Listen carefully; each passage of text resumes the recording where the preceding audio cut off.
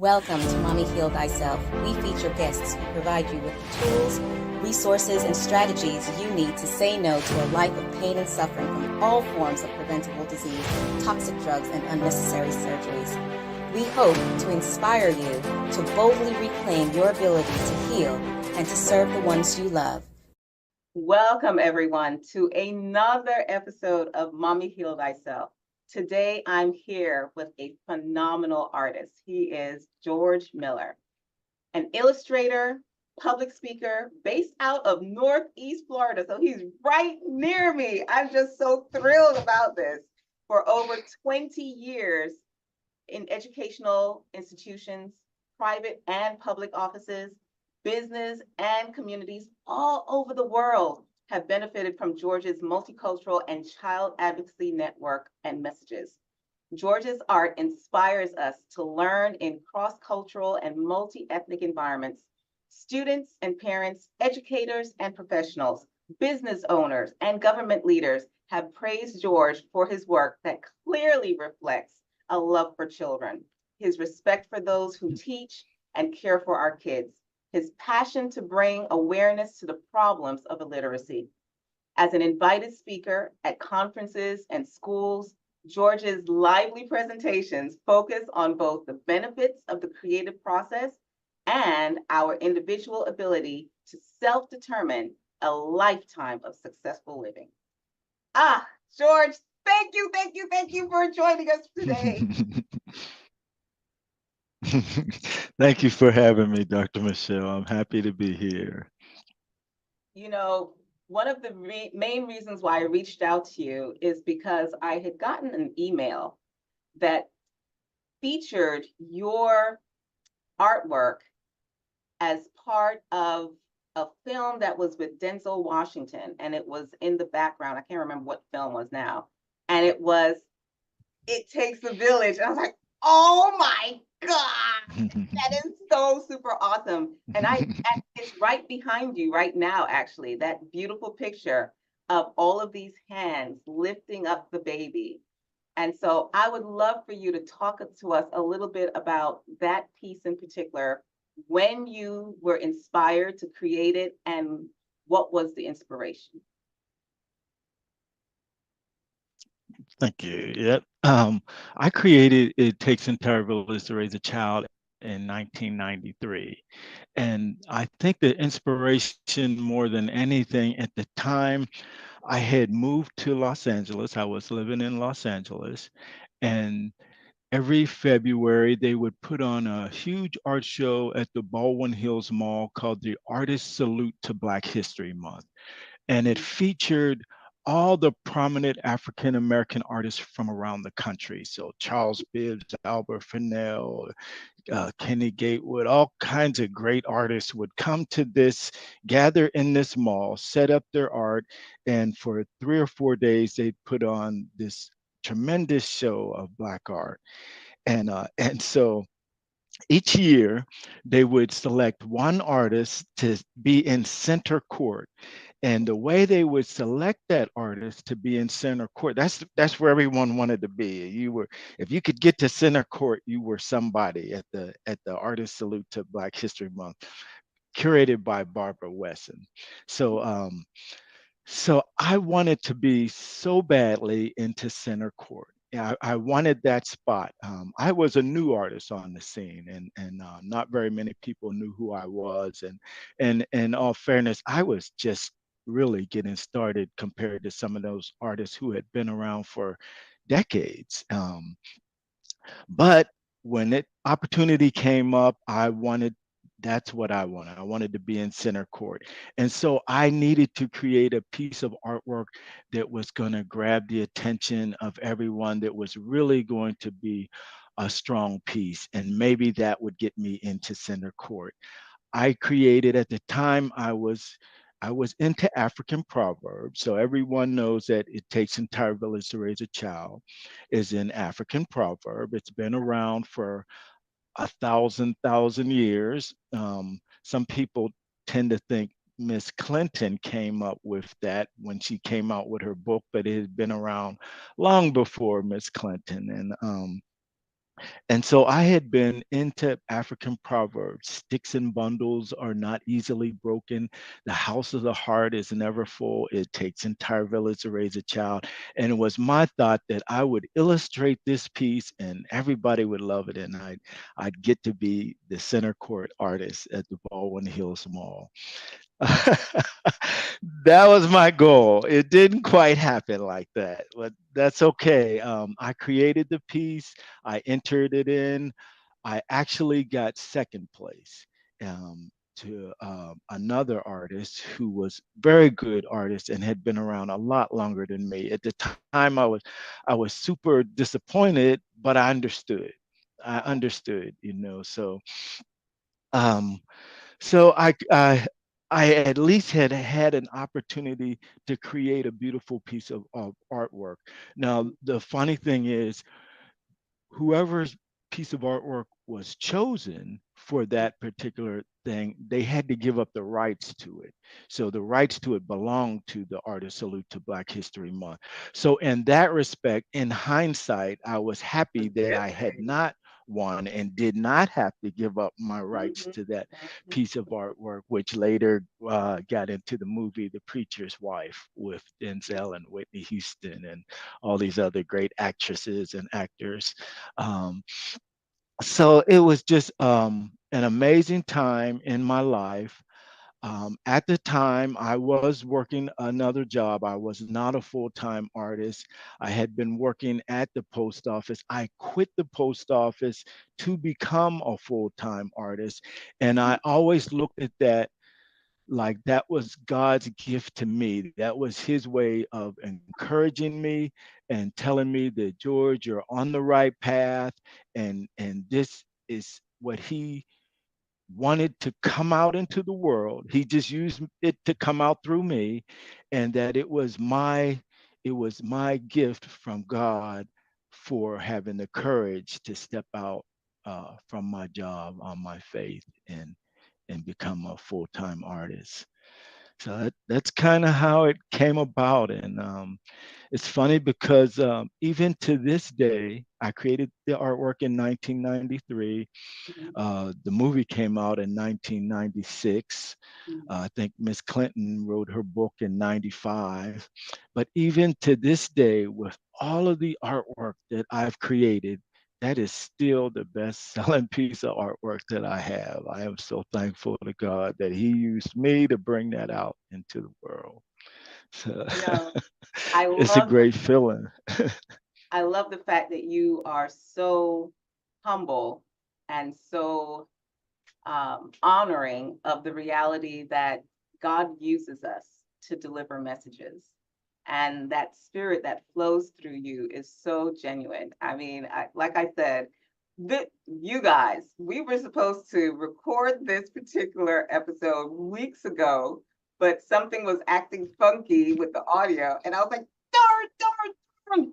But even in that short connection that we had, I could just sense the genuine love in you and the genuine appreciation and concern for our children. Because when I look at that particular piece, you know, oh, I'm getting goosebumps right now. But I just, and I think about what's happening with our children right now. And it is so critical, this message, for us to really yell it from the mountaintops, from the rooftops, that it takes a village.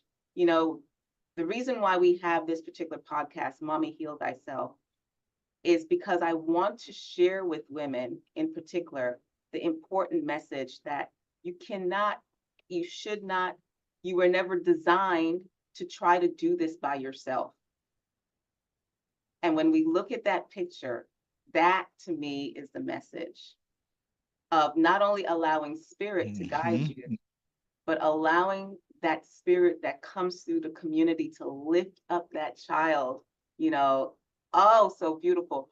Now let's unpack some of this, because I'm telling you, that must have been a tough decision to leave the post office, because I am sure that you had all kinds of family members and friends telling you, what? You must be insane. Have you not heard about the starving artist? And you're giving up a good job with the post office where you can retire and go home and be set for life. So what enabled you to be able to make that choice? That's funny. At the time, I was 33 years old, and when I told my father, who had in fact retired from the post office himself, you'd have thought I was a 15-year-old kid who had just wrecked a car. He hit the ceiling. What in the H is wrong with you, boy? You don't quit your job to draw pictures. He hit the ceiling. And in fact, exactly like you just read, almost every single person I knew said exactly the same thing. Almost I think I had one friend that encouraged me to go ahead and move forward, and that I could do those things. And that's why I really feel like when Village came, that was my confirmation. That was God saying, it's okay. You don't have to listen to everybody else. Um, this is the path that I would have you on, and I'm glad that you've taken it. So yeah, without a shadow of a doubt, it was a very difficult thing to do. I resigned on my birthday. It was my gift back to myself on August the 8th. I resigned from the post office, and I haven't looked back since. I'm appreciative and thankful of all the blessings that come my way, of the smiles, like your gorgeous smile that I get from people, the thanks, sometimes they can buy a picture, sometimes they can't, but they always have all this beautiful energy for me, and I'm so thankful for that. Um, if I can, I created the artwork, and then shortly afterwards, I created a poem to go along with the artwork. And Hear it. I think that it is as beautiful as the picture itself. May I? Yes, So please. I'm speaking to you. Uh, I am going to speak to you as if I am the king of the village, and we are all Okay. gathered around in the Ashe, village. ashe. So I would tell my village, yes, ma'am. Be mindful, my people, of what you do and what you say. A child was born in the village today. Be thoughtful, my people, for the things that she hears and all that she sees will pattern her ways and the life that she leads. Understand, my village, that the responsibility lies in each one of us that's seen through her eyes. For the inevitable fate of the entire nation begins with the raising of God's newest creation. It takes entire village to raise a child. And sometimes I use the pronoun of her, and sometimes I use the pronoun of him. It doesn't matter, but I raised three daughters, so I like to use the pronoun of her. Oh, thank you so much for sharing that. Um, I would love for you to talk a little bit more about what came first, the illustration or the advocacy for children? Mhm. I think I think that's a good question. That's a good question. I think a little of both. I guess because as a parent, and I was a single parent for a long time, that it was fertilizing the soul for the advocacy art. So I think in a sense the advocacy came first, but the art just was part of who I am. And and as I began to create and began to get my artwork out there, it always seemed to have children in it. and different organizations were coming to me, the Child Welfare League of America, the National Safe Place Network, National Alternative Educators. Different organizations were coming to me saying, George, we have a conference coming up. Could you create a piece of artwork for us? And so I it lent itself towards children. And I can remember a lady asking me, what kind of artwork? What kind of artist are you? So artists like to say, I'm a portrait artist, I'm a landscape artist, I am maybe they'll talk about I'm an abstract artist, I'm a sculpturist. And when people asked me, I wasn't really sure what to say. And it was actually a lady who had came to my display and looked at my artwork, and she basically told me, George, a lot of your artwork advocates for kids. I was doing a lot of artwork for schools. So I had a math, picture science, social studies, mental health. And so she basically told me that I was a child advocacy artist. And I said, you know what, you're right. That's the direction I seem to be leaning in. And I just kind of adopted it after what she had told me, and later come to find out that I'd like to say that I'm pretty much the only child advocacy artist in the country. I went to a gathering of all these artists that were talking about what they do. And a young lady in her 20s came up to me and said, you know what? I think I want to be a child advocacy artist. And that felt so amazing. It's like, wow, somebody wants to do what I'm doing. And I think from that point on, it's just kind of followed me. I love So it. The next conference go ahead, the next conference.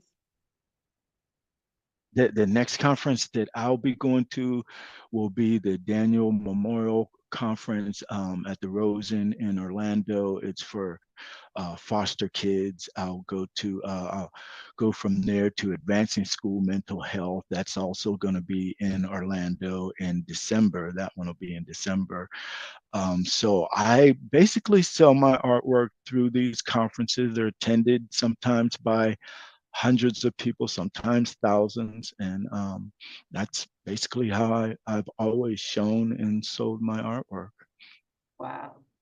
So I'm curious, when you said that you were a single dad for some time, when were you a single dad, and are you still a single dad, or how old are your kids? Are they grown? Tell us more about the little people. Yeah, at this point, all my children are grown. So my three daughters are grown. So my youngest just came to visit me a few days ago. We just put her on. She just jumped on a plane to go back home. But my oldest, Jazz, is 42. Then Mia is 35, and Joy is 26. So they are spread out. I single parented two of them. I have 5 grandkids, I'm Wow. happy to say, and I spend a lot of time and energy with my grandkids. And this is post-pandemic. I was running around the country doing a lot of shows and staying very busy. But when the pandemic shut everything down, the one thing that I learned from that was such a terrible time, and so many of my friends lost people. I was fortunate enough to not lose anyone, but just to take a measure of take from their experiences, it taught me that we have to spend as much time as we can with the people we love, because there's no guarantee that they're always going to be there.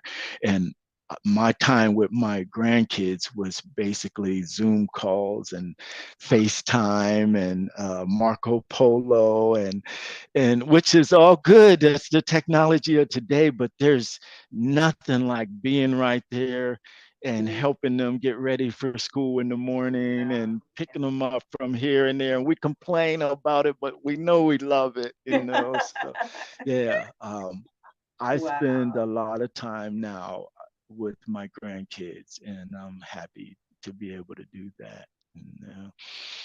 So So, yeah, 3 daughters and 5 grandkids.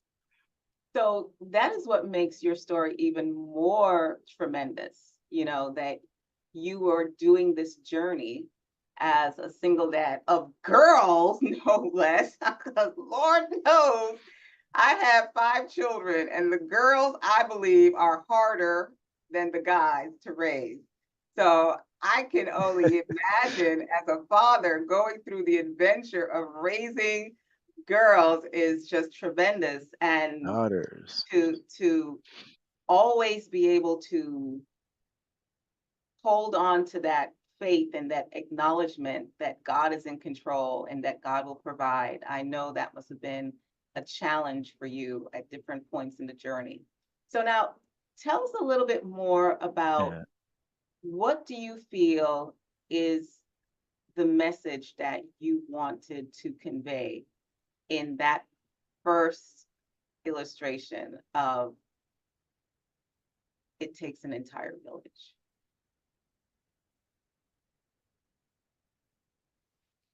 I believe you said of the It Takes Entire Village piece. Yes. Okay, yeah. So, other than trying to be the artist that made it into center court, the message that I would give by It Takes Entire Village to Raise a Child is that it definitely does. It always will. Moving forward, we think that I've talked to a lot of people. I know the village, and I don't want the village raising my child. You don't understand the concept of the village. The village are the people that you allow to be your village. So just because that person lives next door to you doesn't necessarily mean that they are part of your village. So like you were saying earlier, nobody can do this on their own. As a single dad, there was no way I could do it on my own. I had sisters and cousins and many people that helped me that were part of my village, and that we have to understand and we have to decide who our village is. And if you write it down on paper, these are the people that make up my village. These are the people that I can rely on. These are the people that are important to my family and that can be there to help me, and know who your village is. And sometimes you're fortunate enough that your village can be your church, your village can be aspects of your school, your village can be other parts of the community. If you're fortunate to have, write that down too, you know, but don't think that every single individual in eyeshot is part of your village. It's just too different these days, you know, where we can have a village and know how each person is. I lived in Los Angeles, and there's a whole lot of people in Los Angeles who you don't want to be part of your village, you know. So you determine the village, and then once you know who your village is, then you proceed from there. So yes, I think that's the main message. If you can look closely at the arms, there are female arms, there are male arms, there are older arms. My grandkids look at my hands and they say, "Poppy, you got all those veins in your hand." That's the older, that's the wisdom, that's what comes with time and age, and that's all part of the village. So uh Well, you know, profound message. And you brought up a very important point, which is that sometimes when we talk about it taking a village to raise a child, there's that knee-jerk reaction like, oh no, I can't have anybody, you know. And we are in a point where we are afraid of each other. We're afraid of community. We're afraid of allowing people into our sphere. You know, we bought into this horrible dysfunctional concept of the nuclear family. And now the nuclear family revolves around one person more so than anything else in the majority of our households, unfortunately. And we don't recognize that part of the reason why it takes a village is because we ourselves, even as adults, are the baby that need to be supported in order to support the baby, you know, in order to support our children. And I think that became more prevalent, a lesson in my life after I lost my daughter.